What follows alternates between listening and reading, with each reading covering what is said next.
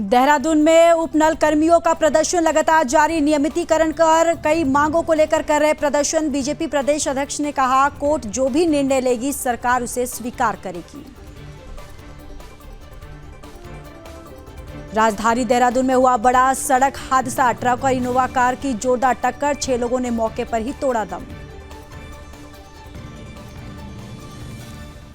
सांसद अनिल बलूनी के दिल्ली आवास पहुंचे पीएम नरेंद्र मोदी। उत्तराखंड के लोक पर्व इगास के सांस्कृतिक कार्यक्रमों में हुए शामिल। पीएम मोदी ने उत्तराखंडियों को इगास की शुभकामनाएं दी। हरिद्वार में हुआ भव्य ड्रोन शो, दीप उत्सव और भजन संध्या कार्यक्रम का आयोजन। मां गंगा के घाटों में जलाए गए 3,51,000 दिए। सीएम धामी ने किया हर की पैड़ी की पुलिस चौकी का लोकार्पण। देहरादून में शिक्षा विभाग ने शुरू किया प्रोजेक्ट उत्कर्ष। मुख्य शिक्षा अधिकारी और खंड शिक्षा अधिकारियों को स्मार्ट स्कूल बनाने के लिए प्रस्ताव बनाने के दिए निर्देश। उत्तराखंड पावर कॉर्पोरेशन उपभोक्ताओं के लिए उठा रही है सकारात्मक कदम। ऊर्जा निगम ने उपभोक्ताओं को लौटाए 324 करोड़। यूपीसीएल के एमडी ने बताते चला कि नंबर में बिजली दरों में 88 पैसे प्रति यूनिट कमी की आई। उत्तराखंड में स्वास्थ्य सेवाओं को बेहतर बनाने की पहल। पंडित दीनदयाल उपाध्याय अस्पताल में हुआ नए मेडिकल यूनिट का शुभारंभ। प्री मैच्योर बेबी और छोटे बच्चों का होगा बेहतर तरीके से इलाज। स्वास्थ्य मंत्री ने प्रदेशवासियों को इगास पर्व की शुभकामनाएं दी। रुद्रपुर में धान फसल की उत्पादक पर जांच के लिए उतरी टीम। राजस्व विभाग के टीम के साथ डीएम अमरपुर गांव पहुंचे।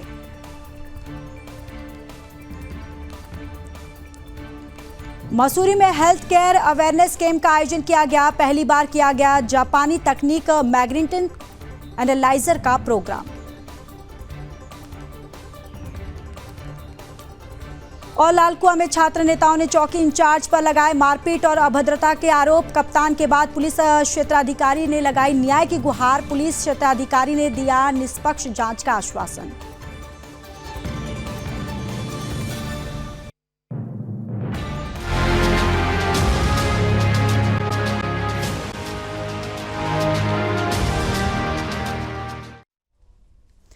नमस्कार, आप देख रहे सुदर्शन न्यूज। मैं हूं आपके साथ ज्योति यादव। चलिए बुलेटिन की शुरुआत करेंगे उत्तराखंड की खबरों के साथ। खबर देहरादून से है, जहां उपनल कर्मी नियमितीकरण और कई अन्य मांगों को लेकर लगातार प्रदर्शन कर रहे हैं। आपको ये भी बताते चले कि उपनल कर्मियों ने कई मांगों को लेकर बीते सोमवार को सचिवालय का घेराव भी किया। वहीं उपनल कर्मचारियों के सचिवालय कूच को लेकर बीजेपी प्रदेश अध्यक्ष महेंद्र भट्ट का कहना है कि कोर्ट जो भी निर्णय लेती है सरकार उसको स्वीकार करती है। इसको भी अध्ययन करने की आवश्यकता है। सुप्रीम कोर्ट और सरकार के संसाधनों का मूल्यांकन किया जाता है, लेकिन न्यायालय के फैसले के लिए हम सब वचनबद्ध हैं। तो देखिए खबर देहरादून से है, जहां उपनल कर्मियों का विरोध जो प्रदर्शन है वो लगातार जारी है। नियमितीकरण और कई मांगों को लेकर दरअसल यहां पर प्रदर्शन किया जा रहा है, लेकिन यहां पर बीजेपी प्रदेश अध्यक्ष ने कहा है कि कोर्ट जो भी निर्णय लेगी सरकार उसे स्वीकार करेगी। करने की आवश्यकता है। सुप्रीम देखिए, न्यायालय जो भी निर्णय लेता है सरकार उसको स्वीकार करती है। उसके लिए एक बार अध्ययन करने की आवश्यकता है सुप्रीम कोर्ट के द्वारा और राज्य सरकार द्वारा। हमारे जो संसाधन है उन संसाधनों का भी एक बार सरकार मूल्यांकन करती है, लेकिन न्यायालय के निर्णय के लिए हम सब वचनबद्ध हैं। देखिए, न्यायालय जो भी निर्णय लेता है सरकार उसको स्वीकार करती है। उसके लिए एक बार अध्ययन करने की आवश्यकता है सुप्रीम कोर्ट के द्वारा और राज्य सरकार द्वारा। हमारे जो संसाधन है उन संसाधनों का भी एक बार सरकार मूल्यांकन करती है, लेकिन न्यायालय के निर्णय के लिए हम सब वचन। तो चलिए आगे बढ़ते हैं। देहरादून से एक दुखद खबर सामने आ रही है। देहरादून में बड़ा सड़क हादसा हुआ है। ट्रक और कार की टक्कर हो गई है, जिसमें 6 की मौत हो गई है और 6 ने मौके पर ही दम तोड़ा और एक घायल हो गया है। तो देखिए ये बड़ी जानकारी देहरादून से, जहां पर एक बड़ा सड़क हादसा हुआ। ट्रक और कार की टक्कर हुई है जिसमें 6 की मौत हो गई है। तो राजधानी देहरादून में ये बड़ा सड़क हादसा, जहां ट्रक और इनोवा कार की टक्कर में 6 लोगों की मौके पर ही मौत हो गई, जिसमें 3 लड़के और 3 लड़कियां शामिल बताई जा रही है और एक लड़के की हालत जो है वो नाजुक बनी हुई है।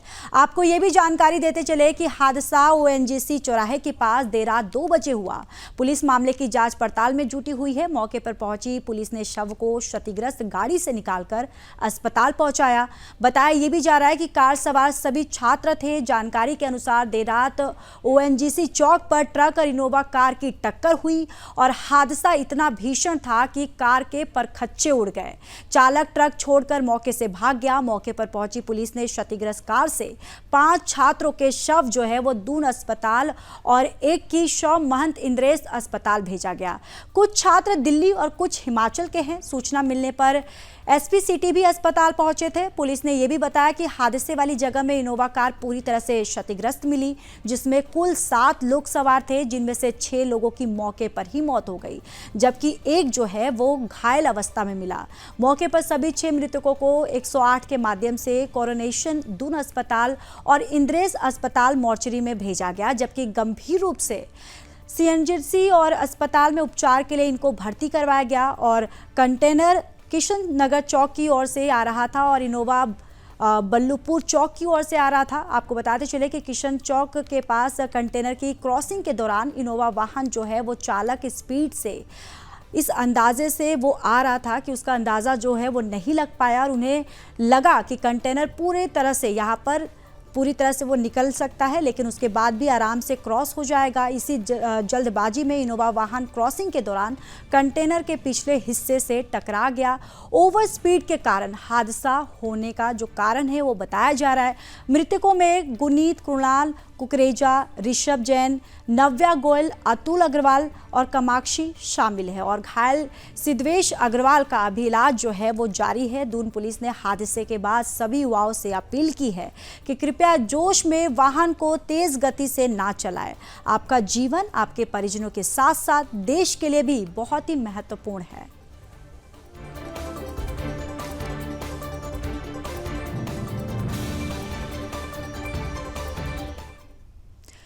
तो चलिए आगे बढ़ते हैं। उत्तराखंड के लोक पर्व इगास के कार्यक्रम पर प्रधानमंत्री नरेंद्र मोदी पौड़ी लोकसभा से सांसद और बीजेपी के राष्ट्रीय मीडिया प्रभारी अनिल बलूनी के दिल्ली आवास पहुंचे। इस दौरान प्रधानमंत्री मोदी ने इगास के पर्व पर उत्तराखंडियों को शुभकामनाएं दी।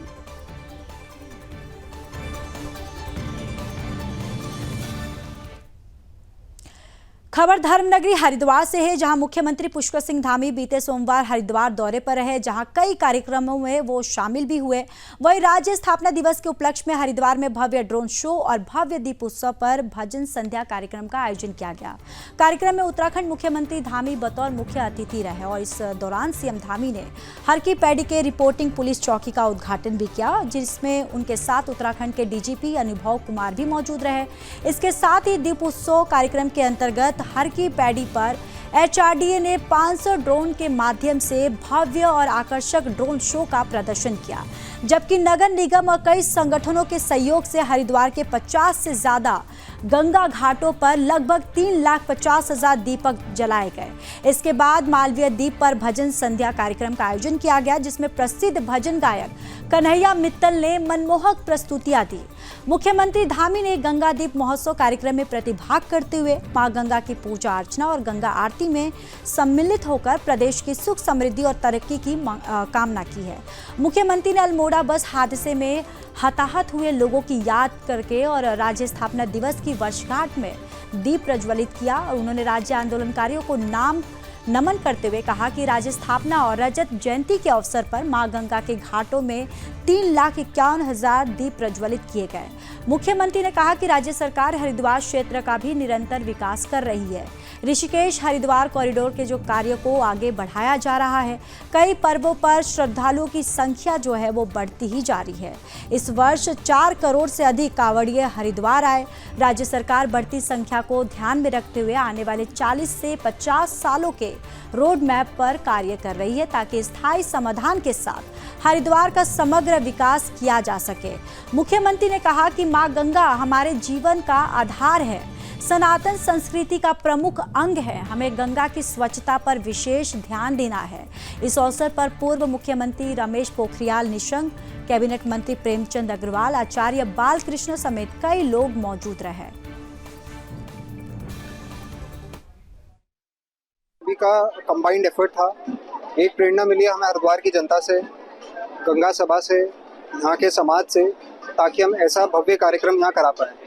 साथ ही हमारी प्राधिकरण की टीम ने काफ़ी मेहनत करी स्टेडियम के इनॉग्रेशन में, और ये सभी लोगों का प्यार है कि हम लोग ये कर पाए हैं। आप देख सकते हैं केबल ब्रिज की लाइटिंग भी स्टार्ट हो गई है, डामकोटी की भी लाइट स्टार्ट हो गई है, चंडी ब्रिज की भी हमने लाइट स्टार्ट कर दी है, फसाड लाइटिंग। ऐसे हम हर की पौड़ी को हम आशा करते हैं प्राधिकरण अपने स्तर से और जिला प्रशासन भी अपने स्तर से और भव्य और विशाल बने। प्रवेश कर गया है।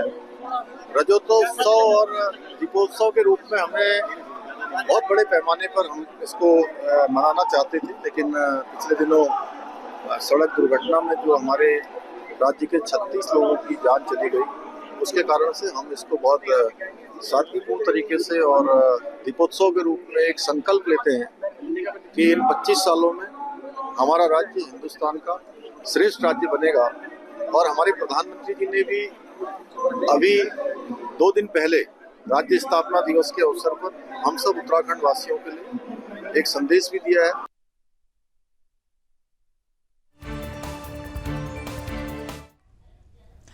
खबर देहरादून से है, जहां बच्चों के सर्वांगीण विकास के लिए पठन पाठन के साथ खेल गतिविधियां भी आवश्यक है। इसी को ध्यान में रखते हुए शिक्षा विभाग के अंतर्गत एक प्रोजेक्ट उत्कर्ष शुरू किया गया, जिसमें मुख्य शिक्षा अधिकारी और समस्त खंड शिक्षा अधिकारियों को स्मार्ट स्कूल बनाने की दिशा में प्रस्ताव बनाने के निर्देश दिए। आगे जिलाधिकारी ने कहा कि हर विद्यालय में फर्नीचर उपलब्ध कराया जाए, कोई भी बच्चा जमीन पर ना बैठे, ये सुनिश्चित किया जाए। सभी स्कूलों में टीवी लगाई जाए। आगे उन्होंने कहा कि सभी कक्षाओं में व्हाइट बोर्ड होने चाहिए। छोटे बच्चों के लिए स्कूलों में झूले, स्लाइड जैसे खेलने के साधन होने चाहिए। क्लासेस स्मार्ट होनी चाहिए। इसके साथ ही स्कूलों का सौंदर्यीकरण भी किया जाए और कक्षाओं को पेंटिंग के माध्यम से आकर्षक बनाया जाए।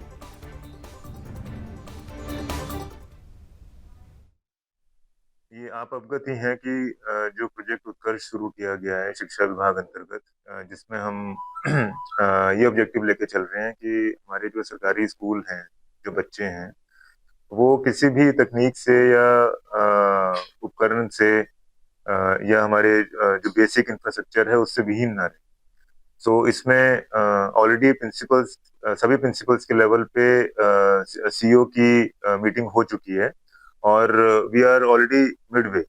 हमारे 7 ऑब्जेक्टिव्स थे, 7 में से 4 ऑलरेडी संपन्न किए जा चुके हैं सभी स्कूल्स में। जैसे व्हाइट बोर्ड्स, सभी स्कूल्स में इस वक्त व्हाइट बोर्ड्स या तो रिप्लेस हो चुके हैं या किए जा रहे हैं। उचित प्रकाश व्यवस्था प्रत्येक क्लासरूम में, जो एटलीस्ट 1 आउटडोर स्पोर्ट्स एक्टिविटी जो बन रही थी उसका कार्य ऑलरेडी सभी स्कूल्स में चल रहा है। चलिए आगे बढ़ते हैं। अब बात कर लेते हैं देहरादून की, जहां उत्तराखंड पावर कॉर्पोरेशन लिमिटेड उपभोक्ताओं के लिए लगातार सकारात्मक कदम उठा रहा है। विभाग की ओर से प्रदेश के बिजली उपभोक्ताओं को लगातार बड़ी राहत दी जा रही है। यूपीसीएल के एमडी अनिल कुमार यादव ने बताया कि उपभोक्ताओं को पिछले 5 महीनों में 324 करोड़ रुपये लौटाए गए। उन्होंने बताया कि ऊर्जा निगम ने नवंबर महीने के लिए fuel and power purchase cost adjustment का निराधार कर लिया है। नवंबर महीने में बिजली की दरों में औसत 88 पैसे प्रति यूनिट तक की कमी आई है। ऊर्जा निगम 5 महीने में बिजली उपभोक्ताओं को 324 करोड़ रुपये लौटा चुका है।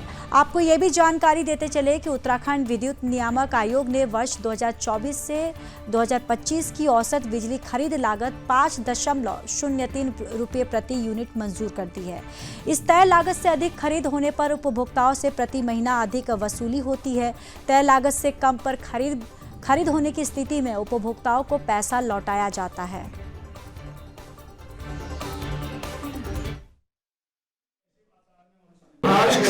आज की संगोष्ठी का केवल एक उद्देश्य था कि विभाग कल कहाँ था, आज कहाँ है और कल कहाँ जाएगा। विभाग की स्थिति कल क्या थी, आज क्या स्थिति है, हमारा फ्यूचर प्लान क्या है, उस पर हम लोग विचार रखने के लिए आज बैठे थे। क्योंकि पिछले 5 महीने से जुलाई, अगस्त, सितंबर, अक्टूबर, नवंबर, इन 5 महीनों में लगातार हमारे पावर परचेज सेल ने या हमारी डिपार्टमेंट की जो भी फोरकास्टिंग टीम है, कमर्शियल टीम है, इन लोगों ने जो अपने फार साइटेडनेस के माध्यम से जो बिजली परचेज किया है, अच्छी बिजली परचेज किया है, उसकी वजह से 324 करोड़ रुपए हम लोग बचा पाए। उत्तराखंड में स्वास्थ्य सेवाओं को बेहतर बनाने के लिए स्वास्थ्य विभाग लगातार सकारात्मक पहल कर रहा है। प्रदेश के दूरस्थ क्षेत्रों में स्वास्थ्य संबंधी सभी आधुनिक सुविधाओं को पहुंचाने के लिए स्वास्थ्य मंत्री लगातार सकारात्मक पहल की बात कर रहे हैं।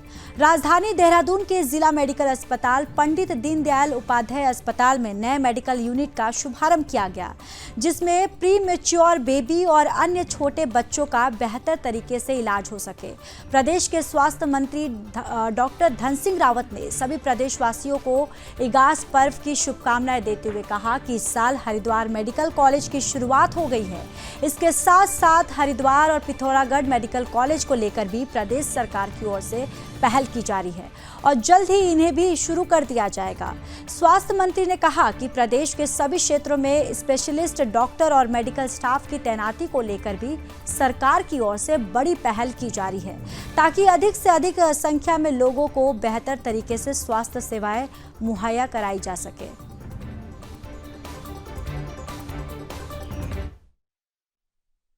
सबको इजाज़ की बधाई दे रहा हूँ। आज बड़ी खुशी की बात है कि जो हमारा जिला हॉस्पिटल है देहरादून का, यहाँ जिला प्रशासन के द्वारा और हमारे स्वास्थ्य विभाग के द्वारा 6 बेड का एसएनसीयू का आज विधिवत उद्घाटन हो गया है। और इसमें जो छोटे बच्चे हैं जो प्री मैच्योर होते हैं या उनको दिक्कत हो जाती है, उनको पूरा यहाँ पे देखभाल की जाएगी। और मैं कह सकता हूँ कि लगातार हमारी सरकार स्वास्थ्य सेवाओं को और बेहतर कर रही है। इस साल मेडिकल कॉलेज हरिद्वार भी शुरू हो गया है। अगले साल का टारगेट हमारा कि रुद्रपुर मेडिकल कॉलेज भी शुरू हो जाएगा और उससे अगले साल हमारा पिथौरागढ़ मेडिकल कॉलेज भी शुरू हो जाएगा। आप देख रहे होंगे कि अब डॉक्टर्स भी पर्याप्त मात्रा में आ गए।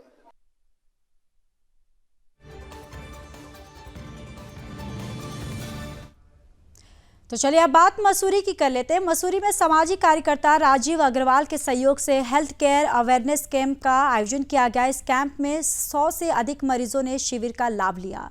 मसूरी में पहली बार जापानी तकनीक मैग्नेटिक क्वांटम एनालाइजर से लोगों की निःशुल्क स्वास्थ्य जांच की जाएगी। मशीन ने 90 सेकंड में फुल बॉडी की जांच की जाएगी, जिसमें लीवर, किडनी, ब्रेन, स्किन समेत पूरे पेट की जो स्क्रीनिंग है वो भी की जा सकेगी। और मसूरी में करीब 100 लोगों की इस तकनीक से जांच कराई जाएगी, जिसमें अधिकतर लोगों ने रक्तचाप पर, शरीर में पानी की कमी और डिटॉक्स की कमी मिली है। कैंप संयोजक दीपा कंसल ने बताया कि मैग्नेटिक क्वांटम एनालाइजर एक कंप्यूटराइज्ड जापानी तकनीक है, जिससे मनुष्य के लीवर, किडनी, ब्रेन, स्किन और स्टोमक की जो है वो जांच की जा सकती है। इस विधि से मशीन से स्क्रीनिंग कर शरीर में पाई जाने वाली कमियों को आसानी से उजागर किया जा सकता है। वहीं इससे कई गंभीर बीमारियों का भी पता चलता है, जिससे मरीज समय से इलाज करा लेते हैं। इस दौरान दोनों राजीव अग्रवाल ने बताया कि जांच के दौरान मरीजों को रक्तचाप और पानी की कमी, लीवर, हड्डी के संबंधित समस्या सामने आई है, जिसको लेकर उनको सही इलाज के लिए प्रेरित किया गया है। वहीं उनके डाइटिशियन मोक्षदा गोयल ने शरीर को स्वस्थ रखने के लिए कई प्रकार की जानकारी को भी सप्लीमेंट के बारे में जानकारी दी है।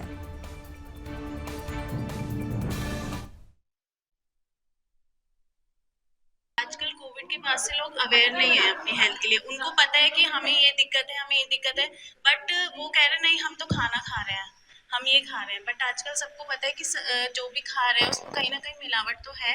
और कोविड के बाद से कहीं ना कहीं इम्यूनिटी लोगों की डाउन हुई है, बट उसको कैसे इम्यूनिटी को कैसे बूस्ट करना है वो लोगों को नहीं पता। तो हम इसके थ्रू लोगों को अवेयरनेस भी दे रहे हैं, अवेयर भी कर रहे हैं लोगों को कि किस तरीके से आप अपनी इम्यूनिटी को बूस्ट कर सकते हैं।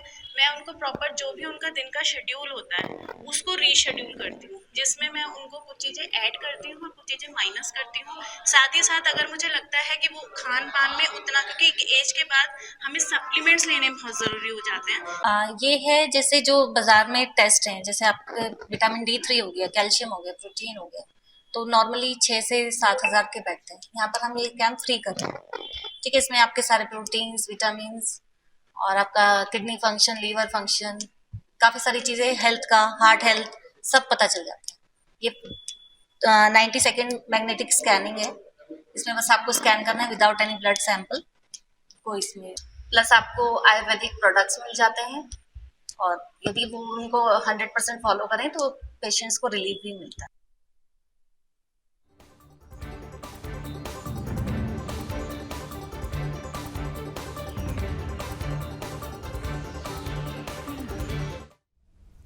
तो आइए सीधे आपको उत्तरकाशी लेकर चलते हैं, जहां पर मुख्यमंत्री पुष्कर सिंह धामी ने क्या कुछ कहा, उन्होंने सीधे सुनवाते हैं।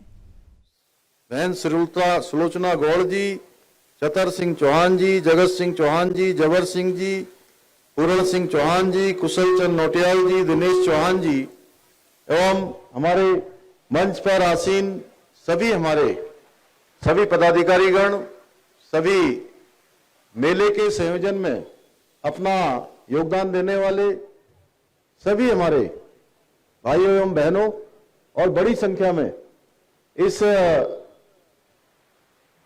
यमुना घाटी क्रीड़ा महोत्सव एवं सांस्कृतिक मेले में प्रतिभाग करने के लिए आए हुए, दूर दूर से आए हुए सभी मेरे बड़े बुजुर्ग, सभी उपस्थित माताएं, बहनें और मेरे सभी युवा नौजवान साथियों, प्यारे बच्चों, हमारे पत्रकार मित्रों एवं छायाकार बंधुओं, मैं आज इस अवसर पर आप सभी का इस महोत्सव में आने के लिए और इतनी बड़ी संख्या में आप सब लोगों ने मेरा स्वागत किया है, अभिनंदन किया। हेलीपैड से मैं यहां तक आते आते सैकड़ों की संख्या में हमारे बड़े बुजुर्गों ने आशीर्वाद दिया, माताओं बहनों ने भी अपना आशीर्वाद दिया, मैं और मेरा स्वागत किया। मैं भी आप सबका अपने हृदय की गहराइयों से आपका स्वागत करता हूं, आप सबका अभिनंदन करता हूं, आप सबको प्रणाम करता हूं। और आज बहुत ही हमारा प्रसिद्ध त्योहार है। आज इगास, बूढ़ी दिवाली और देव दिवाली, इसकी भी मैं शुभकामनाएं देता हूं, बधाई देता हूं। भाई दुर्गेश्वर लाल जी कह रहे थे, पहले इगास, बूढ़ी दिवाली के कार्यक्रम में सार्वजनिक छुट्टी नहीं होती थी, अवकाश नहीं होता था। ये सौभाग्य भी आप सब लोगों ने मुझे मुख्य सेवक के रूप में काम करने का अवसर प्रदान किया, तो मुझे ऐसा लगता है कि हमारे ये त्योहार, हमारी जो परंपराएं, जो हमारे पूर्वजों के समय से हम सब जिनको मानते रहे हैं, वो और आगे बढ़नी चाहिए। इसको हमने सार्वजनिक छुट्टी के रूप में भी इगास पर्व को, बूढ़ी दिवाली को घोषित किया है। और आज आप सबके बीच में आकर मुझे निश्चित रूप से अपार खुशी हो रही है, अपार आनंद हो रहा है। मैं इतनी बड़ी संख्या में आप सबको देख रहा हूं। मैं इस आयोजन की सफलता के लिए जो हमारी यमुना घाटी क्रीड़ा एवं सांस्कृतिक विकास समिति की पूरी टीम को बहुत बधाई देता हूं और साथ में इस क्षेत्र के हमारे कर्मठ जुझारू एवं युवा विधायक मेरे छोटे भाई श्री दुर्गेश्वर लाल जी को भी मैं बहुत बधाई देता हूं, बहुत शुभकामनाएं देता हूं।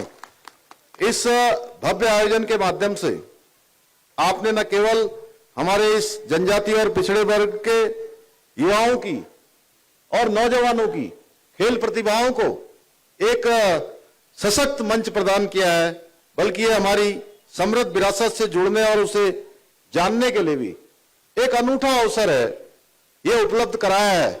मैं इसके लिए आप सबको बहुत बधाई देता हूं। भाइयों बहनों, यमुना घाटी का ये क्षेत्र, ये न केवल आध्यात्मिक रूप से बहुत समृद्ध है, बल्कि प्राकृतिक सुंदरता की दृष्टि से भी इसका अपना एक अलग महत्व है। यह अत्यंत मनोरम है। आज का यह समारोह हमारी यमुना घाटी की सांस्कृतिक विरासत और सामाजिक समरसता का प्रतीक है, जिसमें हम सब लोग मिलकर इतनी बड़ी संख्या में यहां पर इकट्ठे होते हैं और इस महोत्सव का आयोजन करते हैं। ये आयोजन जहां हमारे जो पारंपरिक खेल हैं, उन खेलों को बढ़ावा देने का माध्यम है, उसके साथ ही कला, संगीत, नृत्य, लोक परंपराएं और सांस्कृतिक विरासत को भी सहजने और सजोने का एक बहुत ही सराहनीय प्रयास है। यह आयोजन निश्चित रूप से इस क्षेत्र की सांस्कृतिक परंपराओं और मूल्यों को जो हमारी आने वाली पीढ़ियां हैं उन पीढ़ियों तक पहुंचाने के लिए एक सशक्त माध्यम बनेगा। पीढ़ी दर पीढ़ी यहाँ के जो समृद्ध हमारी विरासत है, हमारी सांस्कृतिक परंपराएं हैं, उन परंपराओं को आगे बढ़ाएगा। हमारे युवाओं को भी खेल के माध्यम से उनकी ऊर्जा, उनका सामर्थ्य, उनके व्यक्तित्व का विकास करने का भी एक बहुत बड़ा माध्यम बनेगा। उन सबको बहुत प्रोत्साहन मिलेगा। भाइयों बहनों, मेरा मानना है कि ये जो खेल है ये संस्कृति का विकास का एक सशक्त, एक समाज का एक महत्वपूर्ण भूमिका आपस में जोड़ने में भी ये खेलों के माध्यम से हम जुड़ते हैं। एक दूसरे के साथ परस्पर समन्वय होता है, परस्पर मेलजोल होता है और इन्हीं सबको ध्यान में रखते हुए हमारी सरकार ने भी खेल गतिविधियों को प्रदेश के अंदर बढ़ाने के लिए, सांस्कृतिक गतिविधियों को प्रोत्साहित करने के लिए लगातार हम योजनाएं भी बना रहे हैं, लगातार ऐसे आयोजन भी कर रहे हैं, लगातार इसके लिए हम प्रयास कर रहे हैं। खेल संरचना और सुविधाओं के विकास के लिए विशेष निधि की स्थापना की गई है, जिसके माध्यम से विभिन्न स्थानों पर खेल स्टेडियम बनाने हो, प्रशिक्षण केंद्रों का निर्माण हो या अनेक स्टेडियमों का निर्माण हो, मिनी स्टेडियम, छोटे स्टेडियम, बड़े स्टेडियम, इन सभी क्षेत्रों में हम काम कर रहे हैं। और इस बार के आम बजट में हमने एक और प्रावधान किया है, एक बड़ी धनराशि 1,500 करोड़ रुपए से भी ज्यादा की धनराशि, ये हमने अपने नौजवानों के प्रतिभा कौशल के लिए, उनके विकास के लिए, खेल गतिविधियों को बढ़ाने के लिए, कल्चर के लिए, इसके लिए अलग से निर्धारित की है। उत्तराखंड के बुलेटिन में फिलहाल के लिए बस इतना ही। बाकी देश और दुनिया की तमाम बड़ी खबरों के लिए देखते रहिए सुदर्शन न्यूज। जय हिंद।